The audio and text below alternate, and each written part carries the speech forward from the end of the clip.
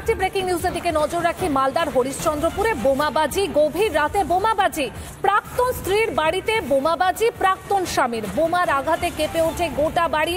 বিবাহ বিচ্ছেদের পর থেকেই হালিমা পারভিনকে হুমকি দিত প্রাক্তন স্বামী। অভিযোগ দেওয়া হয় প্রাণে মেরে ফেলারও হুমকি দেওয়া হতো।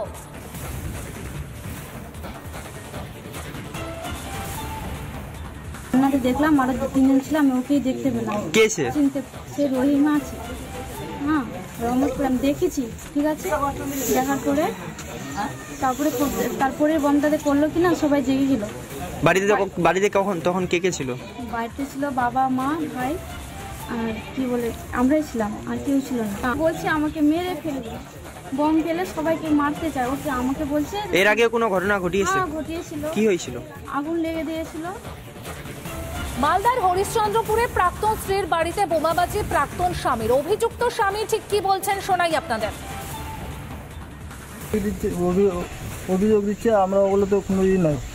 ও আমার বিয়ে করেছিলাম ওখানে, ও আমার নিজের মধ্যে ডিভোর্স নিয়ে নিয়েছে। আমি ছেলে মেয়ে গেলে এই করে আমি থাকছি না, এগুলো মিথ্যা অভিযোগ। আমি তো মেয়ে গেলে ঘুমিয়েছিলাম রাতের বেলা,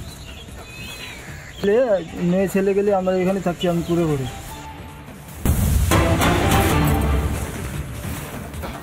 সন্দেশখালীতে মেলেনি আবাসের বাড়ি, এখনো মেলেনি কোনো সরকারি প্রকল্পের সুবিধে, এমনটাই অভিযোগ সন্দেশখালীর বাসিন্দা দুর্গামণি সর্দারের। নেতারা আসেন, ছবি তোলেন, কিন্তু মেলেনি কোনো ত্রিপল। দুর্গামণি সর্দারের মেয়ে বিশেষভাবে সক্ষম, তার জন্য কিন্তু কোনো রকম সরকারি পরিষেবা মেলেনি।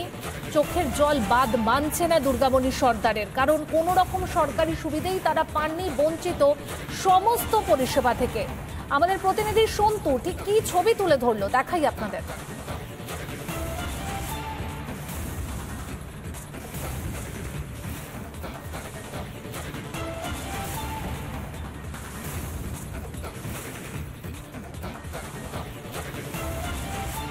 দুর্গামণি দিদি আজকে রাস্তায় দাঁড়িয়ে বলছেন রাস্তা হয়েছে, মুখ্যমন্ত্রী আসছেন, আমরা দেখতে পাচ্ছি ঝাঁ চকচকে রাস্তা, কিন্তু রাস্তার পাশে তার বাড়িটাও ঠিক নেই, সরকারি কোনো প্রকল্পের তিনি সুবিধা পাচ্ছেন না।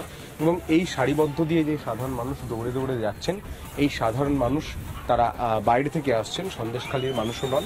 এবং তাদের যে যন্ত্রণার কথা, যে যন্ত্রণা ছিল, সেই যন্ত্রণা সেই জায়গাতেই রয়ে গিয়েছে। সন্দেশখালী থেকে ভিডিও জার্নালিস্ট বিশ্বরূপের সঙ্গে সন্তু, রিপাবলিক।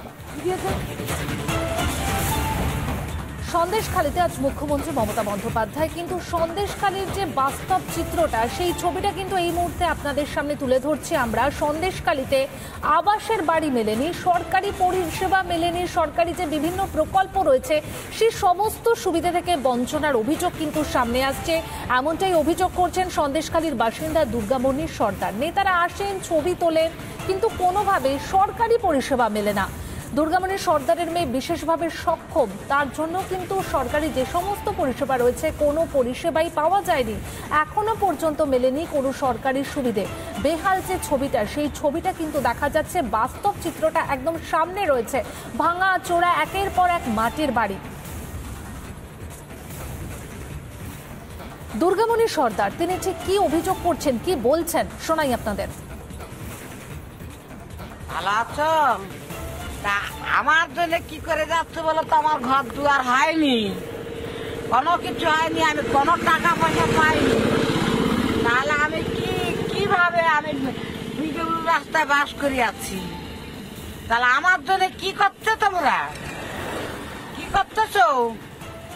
মুখ্যমন্ত্রীকে বলবেন এই কথা? হ্যাঁ, তাই বলতেছি। তাই দেখো,